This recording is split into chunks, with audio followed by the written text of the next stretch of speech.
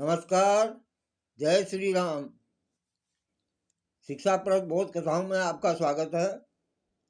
शिक्षाप्रद बोध कथाओं में आज का जो शीर्षक है आज की बोध कथा का, वह है संत स्वभाव। संत स्वभाव, संत का स्वभाव।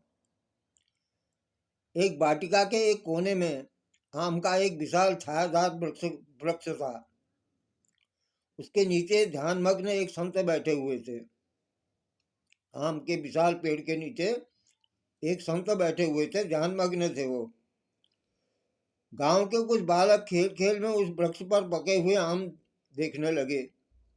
अब गांव के बालक खेल खेल में ही आए और उस वृक्ष पर जो है पके हुए आम उन्होंने देखे। उन्होंने फलों को तोड़ने की योजना बनाई और कुछ पत्थर एकत्रित किए। एक बालक ने फल पर निशाना साधकर पत्थर फेंका। उसके प्रहार से एक आम पृथ्वी पर आ गिरा, पका हुआ आम। इससे बालकों को जो है उत्साहित हो गए बालक कि पत्थर मार के आम गिर गया है और पत्थर मारने चाहिए ताकि और आम गिरें और हम खा सकें। इससे उत्साहित होकर के एक अन्य बालक ने भी पेड़ की तरफ पत्थर फेंका आम को गिराने के लिए, परंतु वह पत्थर पेड़ से तने से टकराया और नीचे बैठे संत के माथे पर लग गया। परिणाम स्वरूप संत के माथे से खून की धारा बह निकली। ऐसा देख करके बाग के मालियों ने उन बालकों को पकड़ करके संत के सामने खड़ा कर दिया। बाग के माली ने उन बालकों को पकड़ लिया क्योंकि संत के सिर पर चोट लग गई थी पत्थर से। उन बालकों को पकड़ करके संत के सामने ला करके खड़ा कर दिया।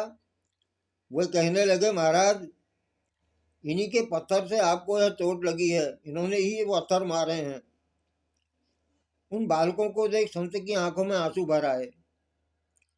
बच्चों ने भय से कांपते हुए कहा, अब बच्चे डर गए थे और डर से कांपते हुए कहने लगे, हे संत बाबा, हम जानते हैं आपको बहुत कष्ट हो रहा होगा। आपकी आंखों में आंसू देख हमें बहुत दुख हो रहा है।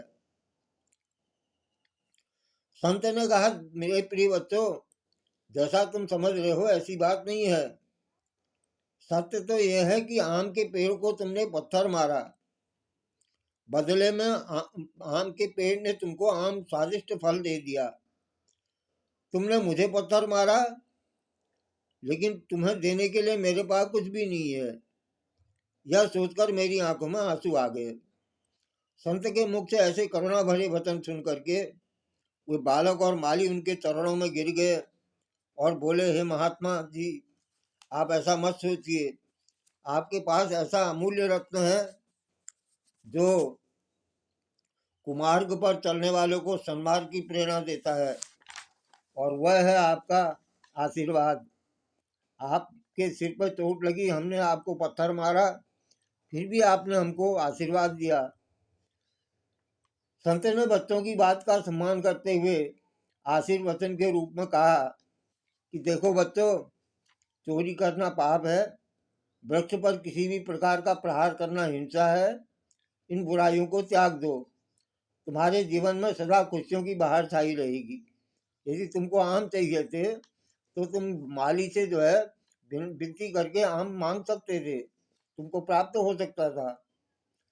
उन बालकों ने जो है संत को नमन किया, प्रणाम किया और उनके बताए मार्ग पर चलने का वचन दिया और कहा, हम आज से ऐसा कभी नहीं करेंगे।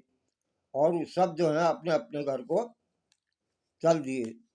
इस प्रकार आज की बोध कथा का संक्षेप जो है ये है संत स्वभाव। आज की बोध कथा का जो शीर्षक है वह संत स्वभाव। तो संत स्वभाव में आपने छोटी छोटी बोध कथा सुनी। आपको कैसी लगी? सब्सक्राइब करें, लाइक करें, शेयर करें। धन्यवाद। जय श्री राम।